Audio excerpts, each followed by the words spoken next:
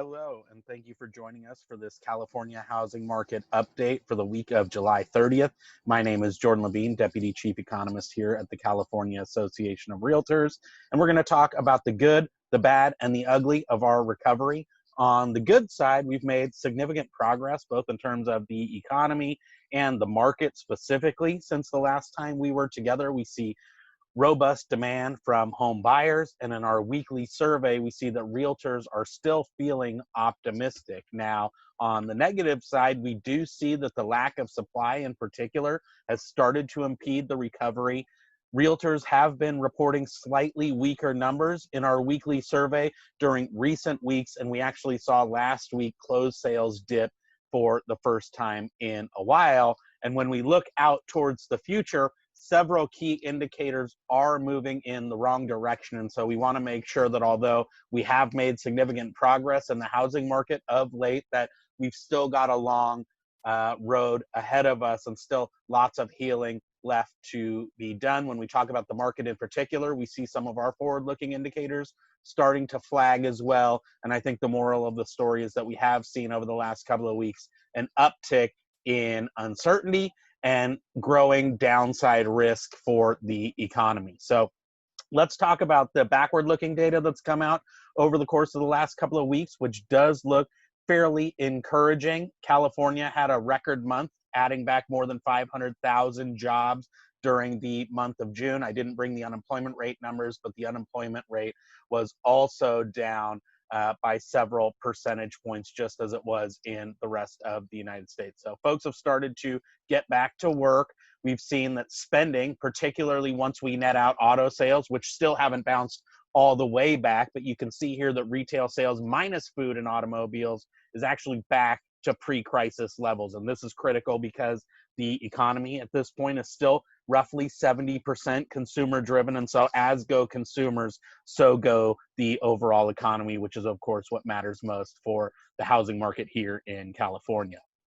In terms of where the rubber meets the road, we've seen interest rates that have fallen to all-time low levels. In fact, last week, we had a 30-year fixed rate mortgage that averaged less than 3% again for the first time in recorded history. And of course, that matters because it reduces the interest burden on a monthly mortgage payment. In fact, when you look at the monthly mortgage payment of the median priced home in June of this year, taking into account the higher price, but also much lower rates, the principal and interest on that home costs $2,100.60 per month. Now, if you go back in time to 2018, when interest rates were near 5%, that median priced home, which was actually a cheaper home back then in nominal terms, actually cost you almost $2,500 per month. And so just with lower interest rates, buyers out there are saving significantly on their monthly mortgage payments over the life of a 30-year loan. That represents more than $100,000 worth of savings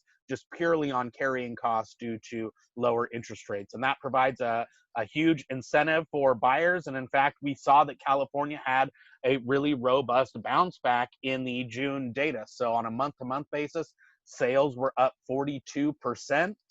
That leaves us just 12.8% behind where we were at this point in 2019, as opposed to just as recently as May, we were down by more than 40% from last year's pace. Now, we set a new all-time high price in California during June, reaching $626,000, which is actually a 2.5% increase from where we were in 2019. And of course, as sales bounce back so robustly, we dipped back down below 3 months of supply in terms of housing inventory. And so we still see homes selling quickly. Less than 20 days was the median time on market, with minimal discounting of only 99.5%.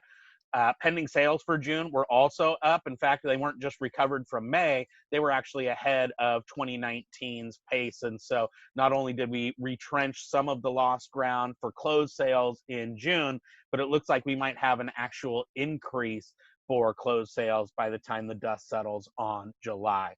And of course, we see that consumers are really responding to those low interest rates. And although we had a weekly decline in new purchase money applications last week, we're still running more than 20% ahead of where we were at this point in 2019. And so despite all the unemployment and uncertainty and issues on the medical side of this crisis, we still see that demand remains really robust for housing. And in some ways, this highlights just how much the current crisis has increased the value proposition for housing. So that's the good news. And we do see that realtors are reporting in our weekly survey that we just took over the weekend, especially on the sell side, just 16% of realtors had a seller who actually pulled their home down off the MLS last week. And that was the lowest number that we've seen going back for several months since we started asking that question.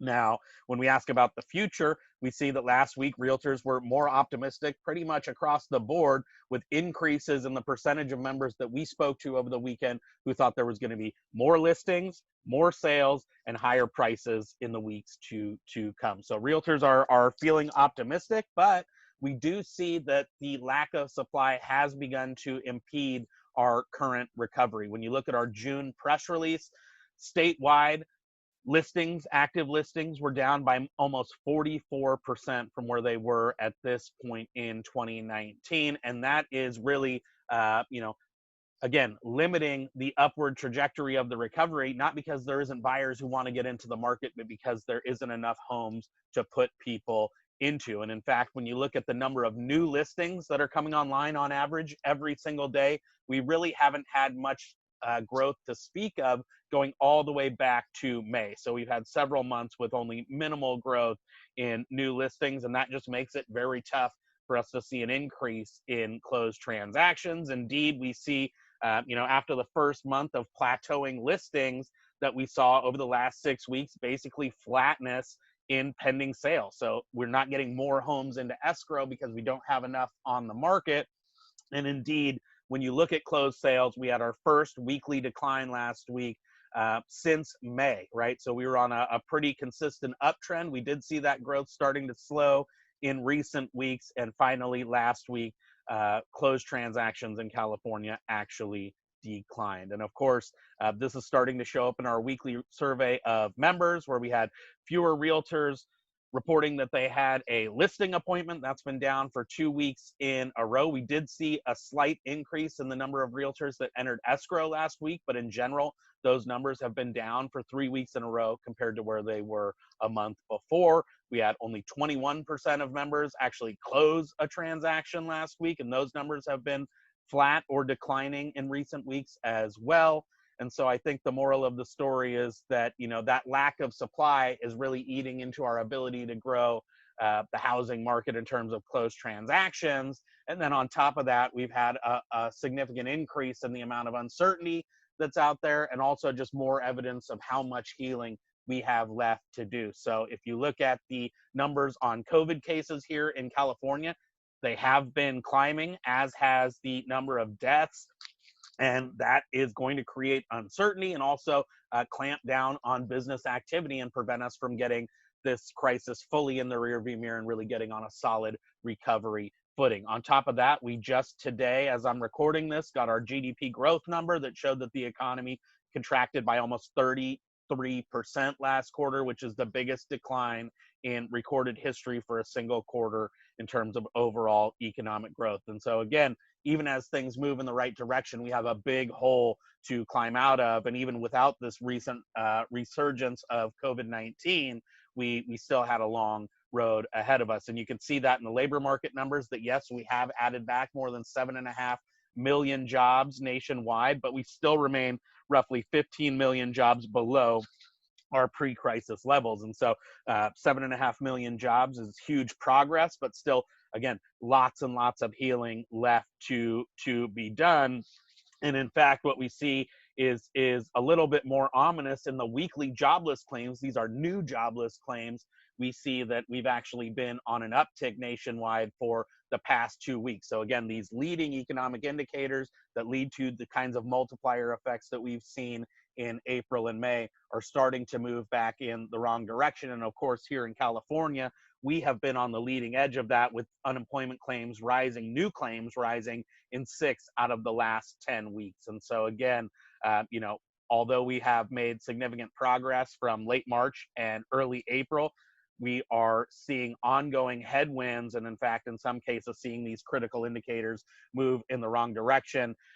We're seeing similar signs on the consumer confidence side as well. So after 2 months of rebounding in July, the University of Michigan's Consumer Sentiment Index actually moved back in the wrong direction, which in some ways makes sense as COVID starts to ramp back up, as we have to re-shelter in place, and indeed as more folks have started to lose their jobs again, that has taken a toll on consumer confidence, which again is critical because it represents 70% of our overall economy. And so, perhaps that is then no surprise that we also see as economic challenges ramp up and job losses ramp up, that we're also seeing more transactions start to fall out of escrow. And so, overall, we have made a lot of progress. We are definitely on the road to recovery, but that road is proving to be very twisty and with a lot of bumps along the way. And so significant progress in the economy and the housing market, but still